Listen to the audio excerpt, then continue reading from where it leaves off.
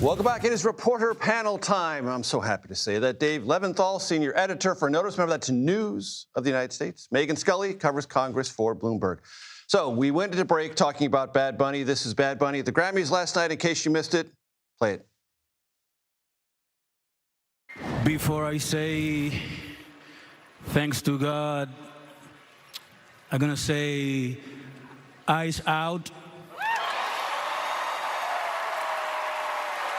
We're not savage, we're not animals, we're not aliens, we are humans, and we are Americans.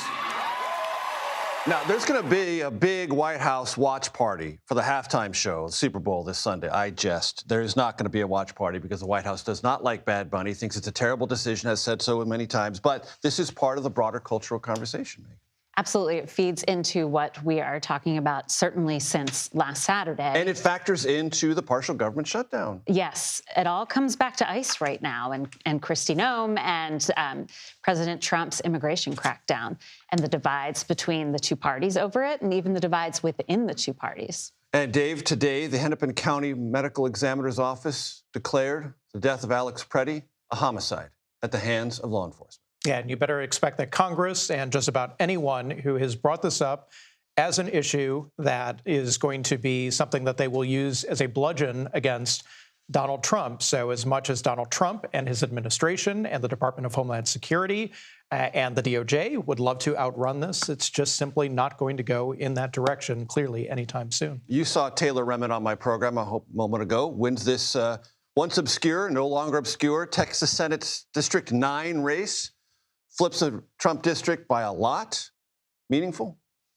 Yes, in the sense that it is going to animate Democrats. It is going to invigorate Democrats. But at the same time, too, you can only read so much into a single election during a non-election day, in a non-election day context and try to extrapolate to November of 2026, how that's all going to work out. So important in the moment for Democrats, but hardly the be-all and the end-all when it comes down to it. Megan, let's talk about some numbers.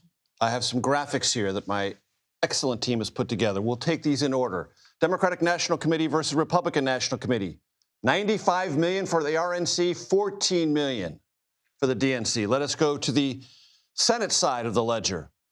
Republican Senatorial Campaign Committee, 50 million. Democratic Senatorial Campaign Committee, 49 million, a little bit closer. How about on the House side?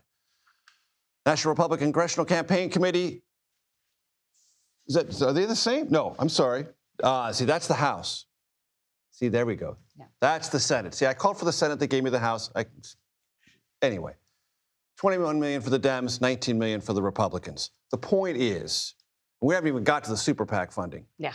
Large structural Republican advantage, at least when it comes to dollars. Absolutely. And that super PAC, namely MAGA Inc., is the big one. And that is 304 million is, absolutely, I believe, the last total. So when you look at the numbers, Republicans are outraising, when you include that PAC, Democrats by 3. So it is, heading into an election cycle where Democrats seem to have the advantage, at least the historic advantage, certainly with with the incumbent being a Republican in the White House. That should swing votes Democrats' way. But then you also have the big affordability discussion, and Democrats are essentially winning that when we see it in the polls.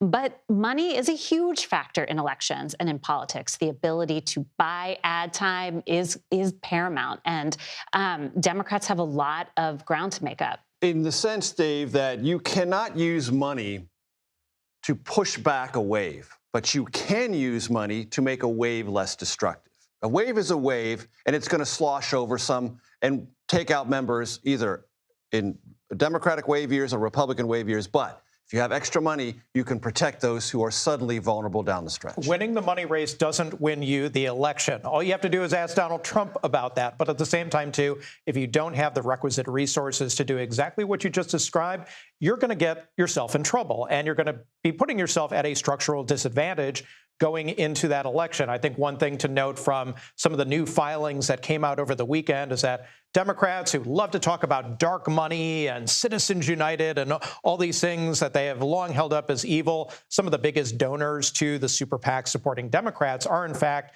dark money organizations associated with those super PACs. So what that says is, in a major way, that the proverbial gloves are off and they are willing to do anything to close that gap and try to make that money race a little tighter. Dave, you can always come on this program and talk about anything in a major way. You're always welcome to do that. Megan Scully, Dave Levinthal, thank you very much.